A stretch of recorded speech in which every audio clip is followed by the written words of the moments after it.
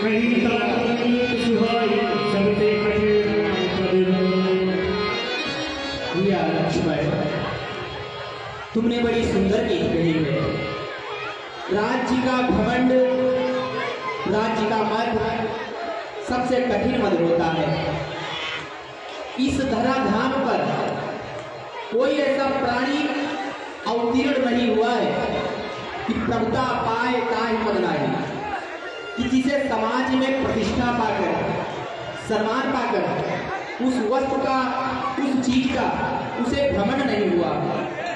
परंतु इसमें भी शर्त है, राज्य का घमंड उनको ही होता है जिन्होंने साधु संतों के सत्संग के सभा का सेवन नहीं किया है। वही राज्य मद रूपी मदिरा का आचमन करते हैं, पीते हैं और पीते ही मतवाले हो जाते हैं।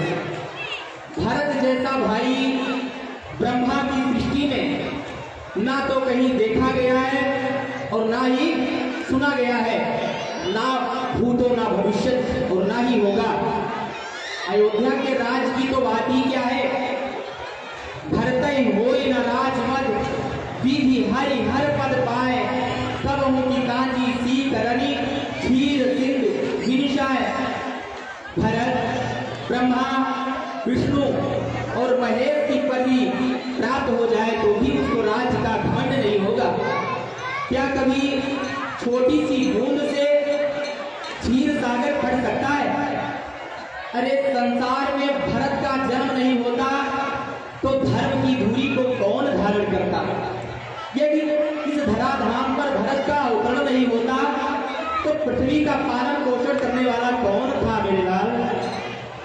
लक्ष्मण, भले ही पृथ्वी अपनी स्वाभाविक ही सहनशीलता छोड़ दे, भले थोड़े से जल में कुंभज ऋषि डूब जाए, भले ही अंधकार दोपहर के सूर्य को निकल जाए, भले ही मच्छर के फूंकने से सुमेरु पर्वत उड़ जाए, भले ही रेत के पीसने से घी निकल आए, परंतु भरत को राज का घमंड नहीं हो सकता।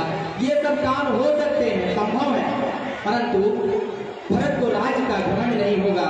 लक्ष्मण, गुड़ रूपी दूध को और अवगुण रूपी जल को मिलाकर विधाता इस संसार की सृष्टि करता है, पर भरत ने गुड़ रूपी दूध को ग्रहण करके और अवगुण रूपी जल को त्याग कर इन दोनों को विभाजित कर दिया है, बंटवारा कर दिया है।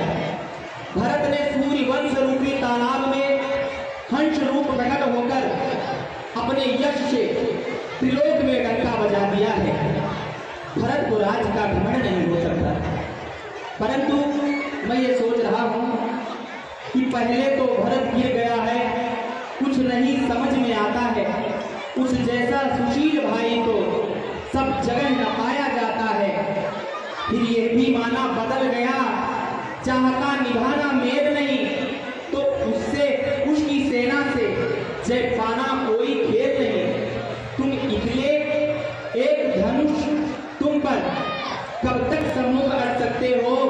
इतने दल वाले राजा से कैसे लड़ने लड़ सकते हो? लड़ सकता हूँ, जब तक भरत का धर्म हुआ तब तक हम दबा न सकते थे। मैं क्या 100 लक्ष्मण भी उसको लड़ने में हरा न सकते थे, पर आज अधर्मी है वही, कल भी उसका अधर्म का है, इसलिए धर्म का एक बार उन सबका वध कर सकता है।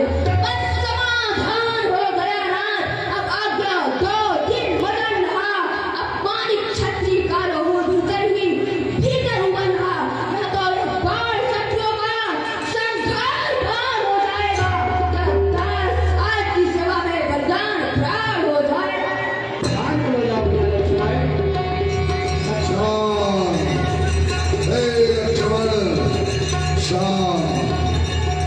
आप हम देवताओं की वाणी को श्रवण करिए। भरत जी से युद्ध करना ये आपको शोभा नहीं देगा।